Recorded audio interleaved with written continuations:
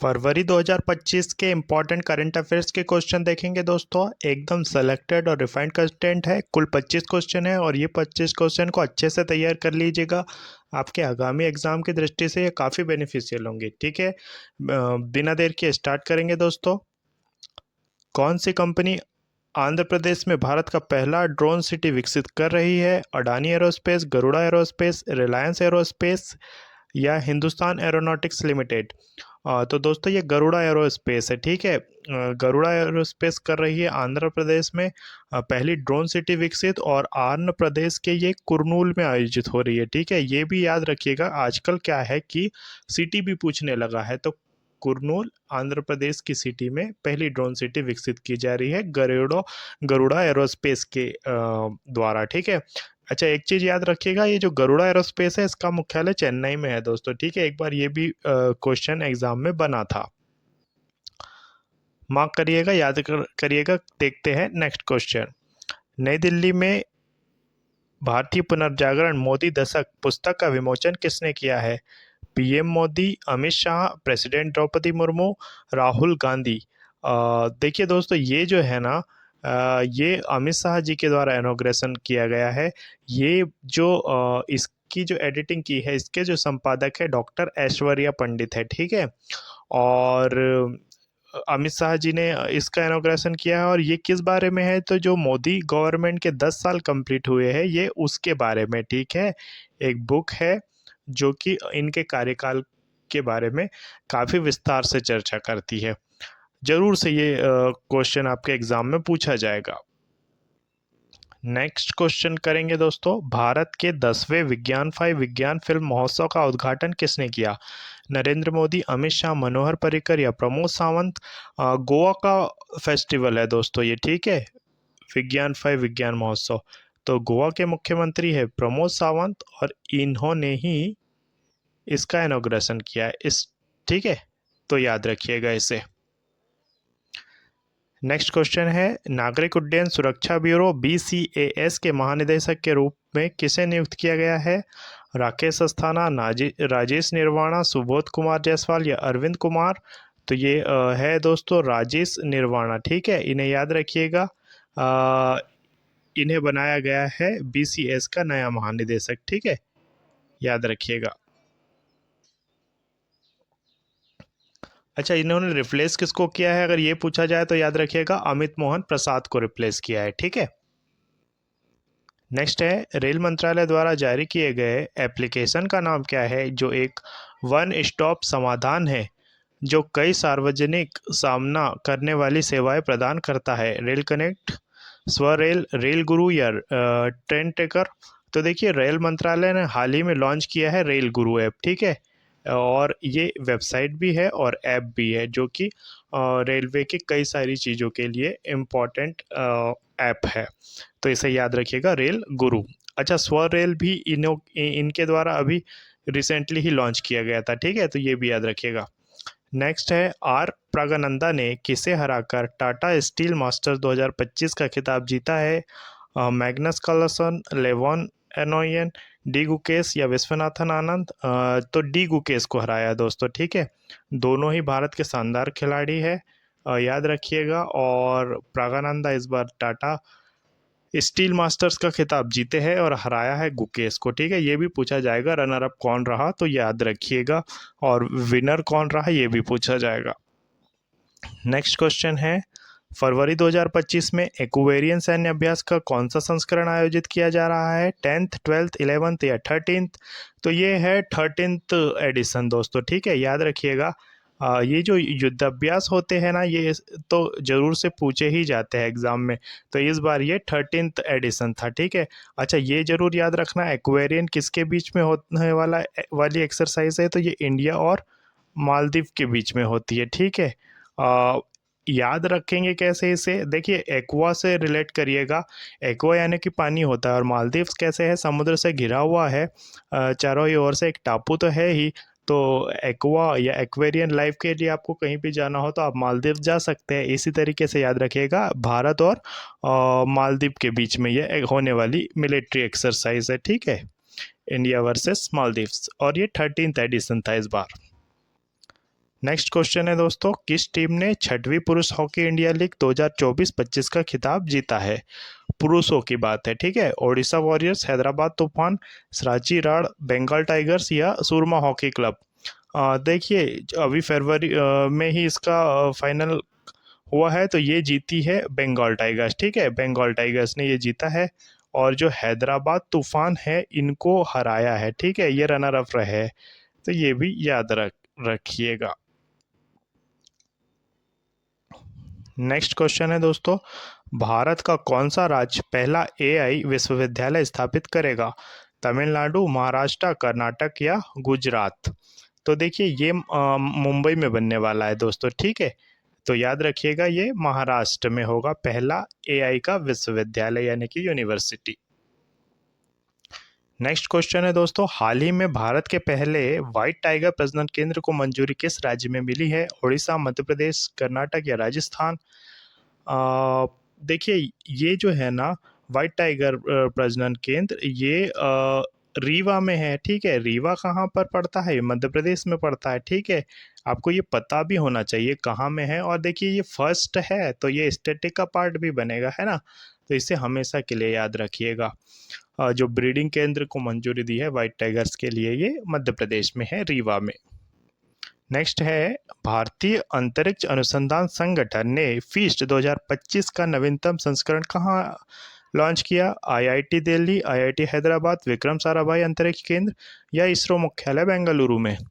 तो देखिए, ये इसरो के द्वारा किया गया है। जो फीस्ट है ना, एक प्रकार का सॉफ्टवेयर है जो कि वैज्ञानिक कैलकुलेशंस वगैरह में और काफ़ी इम्पोर्टेंट रोल प्ले करता है। तो ये आईआईटी हैदराबाद में इसकी लॉन्चिंग की गई, ठीक है। याद रखिएगा, आईआईटी हैदराबाद में किया है और इसरो के द्वारा किया गया है फीस्ट 2025।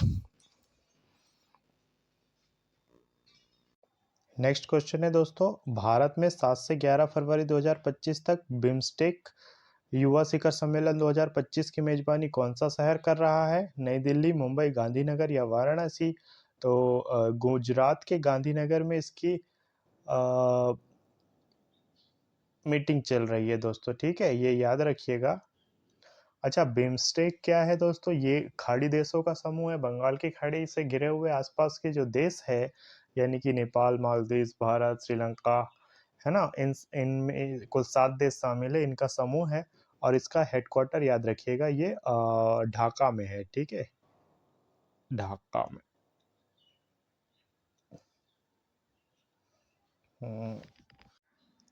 नेक्स्ट क्वेश्चन है दोस्तों, फरवरी 2025 में किस राज्य सरकार ने बेटी बचाओ बेटी पढ़ाओ योजना के तहत पहलों की एक श्रृंखला शुरू की है, जिसका उद्देश्य भारत में खतरनाक लिंग असंतुलन और घटते हुए लिंग अनुपात को संशोधित करना है? केरल, उड़ीसा, तमिलनाडु या आंध्र प्रदेश? उड़ीसा गवर्नमेंट ने स्टार्ट की है दोस्तों। बेटी बचाओ बेटी पढ़ाओ के अंतर्गत ये कई सारी पहल इसमें अमेंड करके न्यू लाई है, ठीक है। आपको मालूम होगा कि उड़ीसा में गवर्नमेंट चेंज हुई है, बीजेपी गवर्नमेंट आई है, कई सालों बाद यहाँ पर सरकार बदली है। तो ये नई सरकार ने बीबीपीपी के तहत, यानी कि ट्रिपल बीपी, जिसको हम बेटी बचाओ बेटी पढ़ाओ के नाम से जाते हैं, इसके अंदर कई सारी चीजें, कई सारी पहल स्टार्ट की है खतरनाक लिंग अनुपात को लेकर के, ठीक है ना। ये इंपॉर्टेंट क्वेश्चन है दोस्तों, जरूर से एग्जाम में बनेगा, है ना। तो इसे मार्क करके याद रख लीजिएगा। चलिए देखते हैं नेक्स्ट क्वेश्चन, भारत ने हाल ही में किस देश के साथ सैन्य अभ्यास साइक्लोन का आयोजन किया है? श्रीलंका, वियतनाम, सिंगापुर या मिस्र? तो देखिए, साइक्लोन का आयोजन करता है भारत इजिप्ट के साथ, है ना। इजिप्ट या मिस्र। याद रखना है इसको, कैसे याद रखेंगे साइक्लोन को? याद रखने के लिए देखिए, आपको पता होना चाहिए।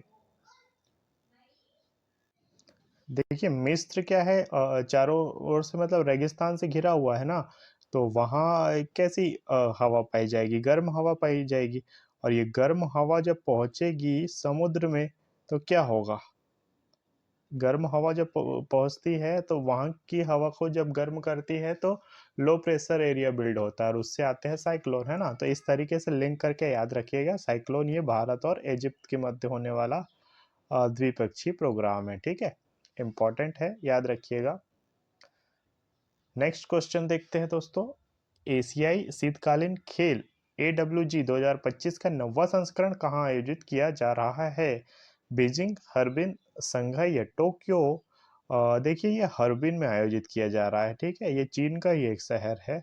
आपने बीजिंग और शंघाई तो जरूर से सुने होंगे, और टोक्यो ये जापान की राजधानी है, लेकिन ये हर्बिन में आयोजित हो रहा है, ठीक है। एशियाई शीतकालीन खेलों का 2025 में 9वां संस्करण है ये,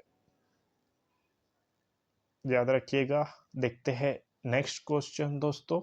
केंद्रीय रक्षा मंत्री राजनाथ सिंह ने बेंगलुरु में एशिया के सबसे बड़े एरो इंडिया शो का उद्घाटन किया। एरो इंडिया शो 2025 का विषय क्या है?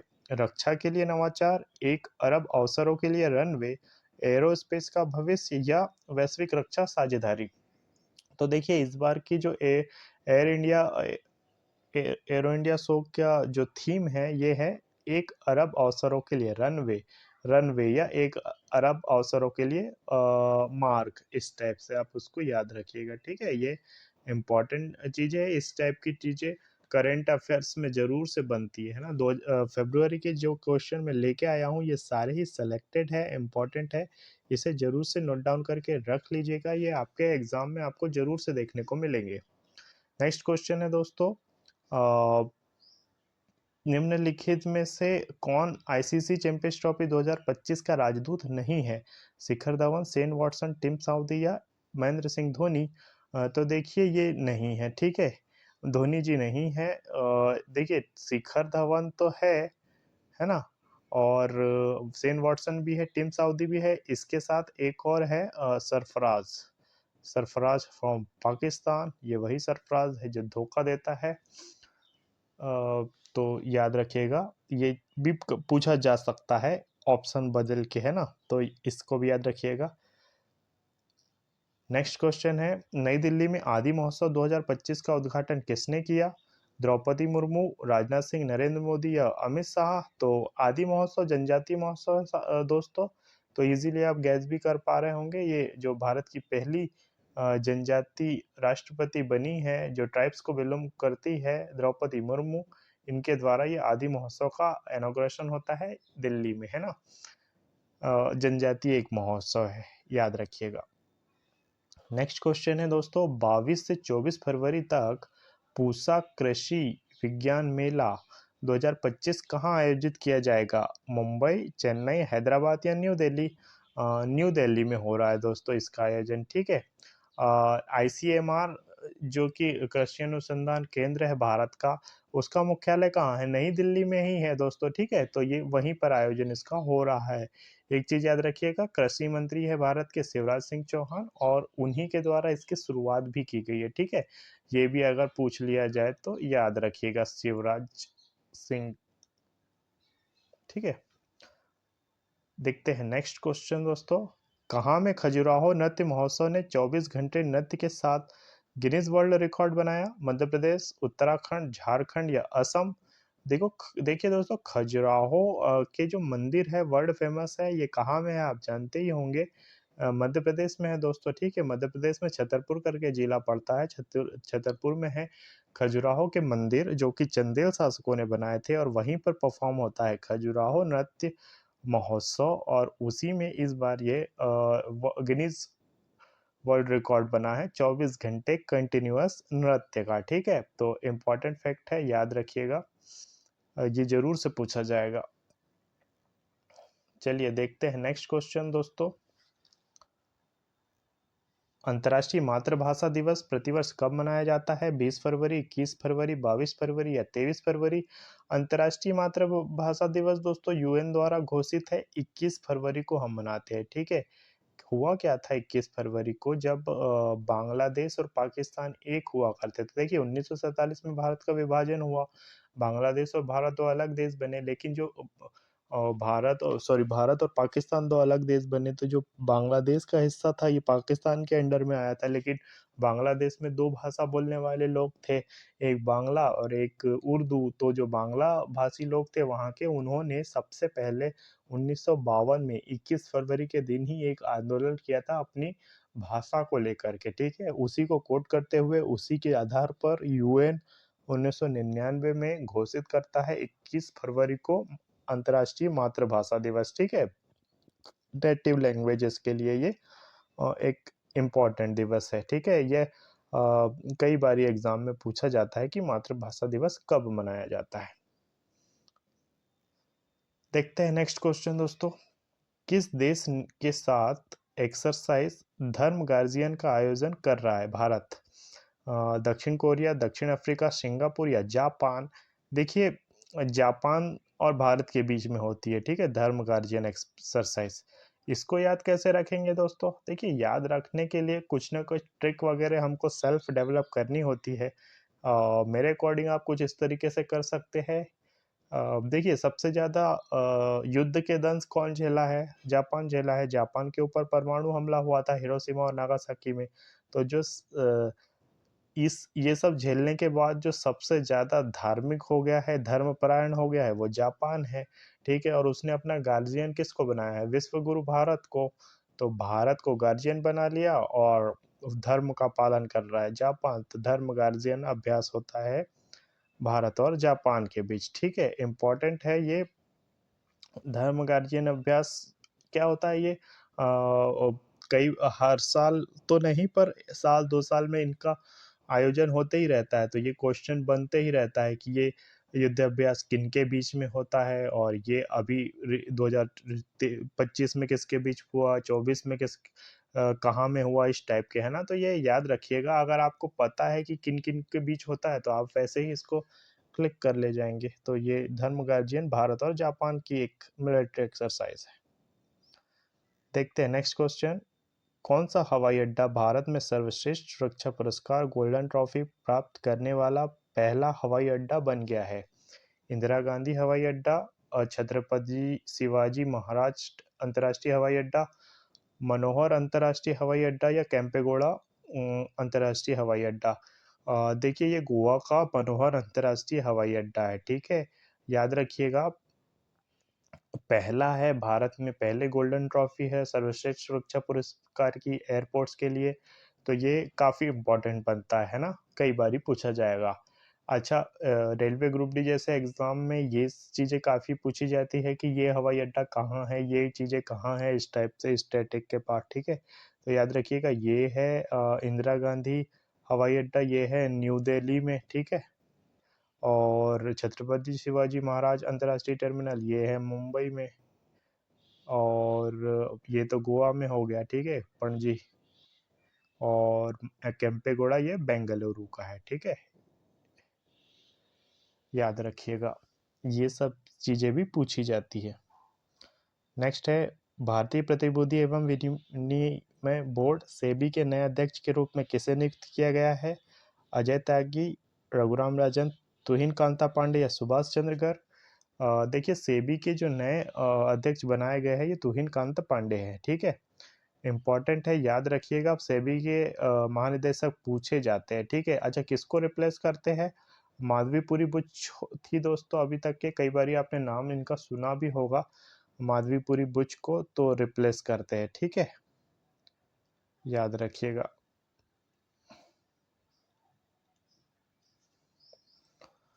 नेक्स्ट क्वेश्चन देखते हैं दोस्तों।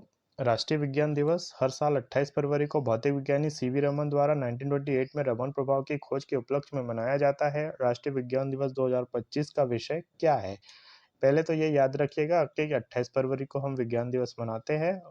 क्यों मनाते हैं ये भी याद रखिएगा। और एक चीज़ आप कमेंट करिएगा कि नोबेल कब मिला था इसके लिए सीवी रमन को, ठीक है, ये चीज़ आप बताइएगा। लेकिन इस बार की थीम क्या थी, ये क्वेश्चन है। तो इस बार की थीम थी, ये जो बड़ा सा ऑप्शन भी है ना, विकसित भारत के लिए विज्ञान और नवाचार में वैश्विक नेतृत्व के लिए भारतीय युवाओं को सशक्त बनाना, ये थी इस बार की थीम, ठीक है। इंपॉर्टेंट चीज़ है दोस्तों, थीम्स वगैरह भी कई बार ये पूछी जाती है एग्जाम के लिए।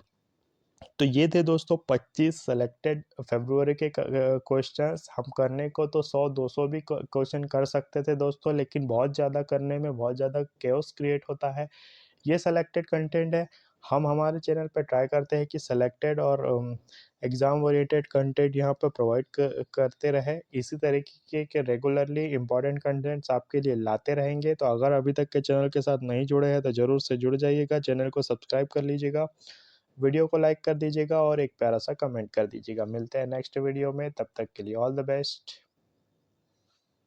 ये